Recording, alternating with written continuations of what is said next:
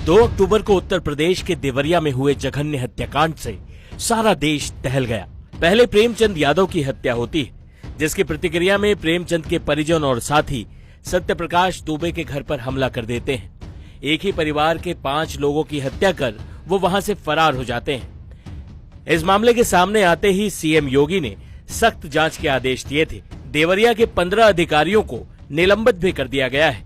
लेकिन अब इस कहानी में एक नया मोड़ आ गया है। गांव के एक चश्मदीद ने दावा किया कि जब प्रेमचंद और सत्यप्रकाश की लड़ाई हुई तो वो उसी जगह पर मौजूद था। उसने अपनी आंखों से सब कुछ देखा था।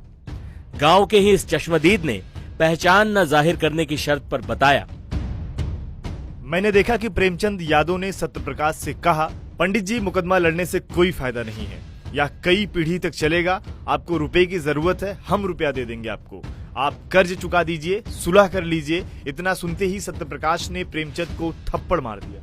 इस बीच किसी ने प्रेमचंद के सर पर भारी वस्तु से वार कर दिया। प्रेमचंद जमीन पर गिर गया और उसकी मौत हो गई। सत्यप्रकाश ने लोन पर ट्रैक्टर भी लिया था, जिसकी तहसील से आरसी कट चुकी थी। कुछ समय पहले पंचायत भवन पर इस संबंध में नोटिस चस्पा किया गया था। इसकी जानकारी प्रेमचंद को हो गई थी। प्रेमचंद ने सोचा था कि अगर वह सत्यप्रकाश के लोन के पैसे चुका देगा तो सत्यप्रकाश उससे सुलह कर लेगा। लेकिन यही बात गांव में इतने बड़े हत्याकांड की वजह बन गई।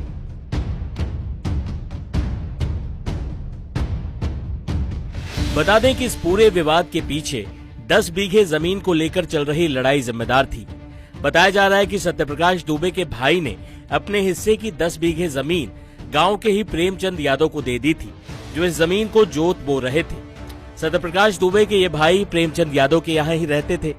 सत्यप्रकाश का आरोप था कि उनके कथित मंदबुद्धि भाई को बहलाकर प्रेमचंद यादव ने जमीन हड़प ली। इसी जमीन को लेकर दोनों पक्षों में विवाद चल रहा था।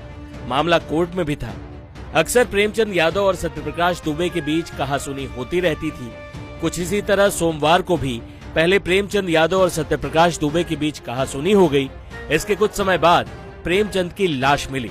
आरोप ये लगा कि सत्यप्रकाश दुबे ने पीट पीट कर प्रेमचंद यादव की हत्या कर दी है।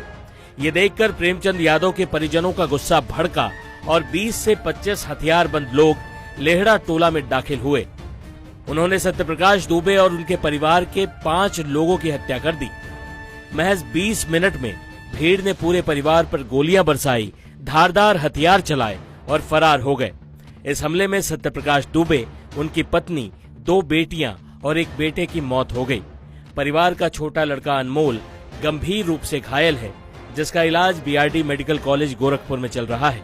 सीएम योगी घायल अनमोल से मिलने भी पहुंचे थे।